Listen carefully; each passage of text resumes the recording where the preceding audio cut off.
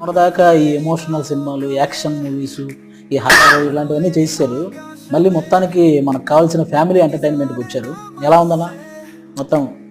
నేను యాక్చువల్లీ నిజం చెప్పాలంటే గత 3-4 ఏళ్ళుగా బ్యాక్ టు బ్యాక్ అన్నీ కూడా ఫిజికలీ మెంటలీ డ్యామేజింగ్ సినిమాలు.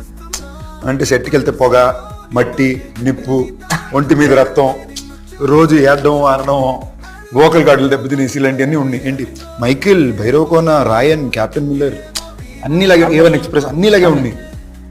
అప్పుడు నాకు లోపల కూడా ఏమనిపించిందంటే భైరవకోనప్పుడు ఎక్కువ థియేటర్కి లేడీస్ వచ్చారు.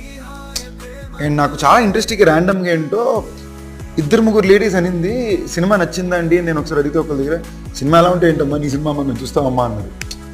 నాకు అంతకన్నా పెద్ద సడన్గా ఏదో అనిపిస్తుంది కదా.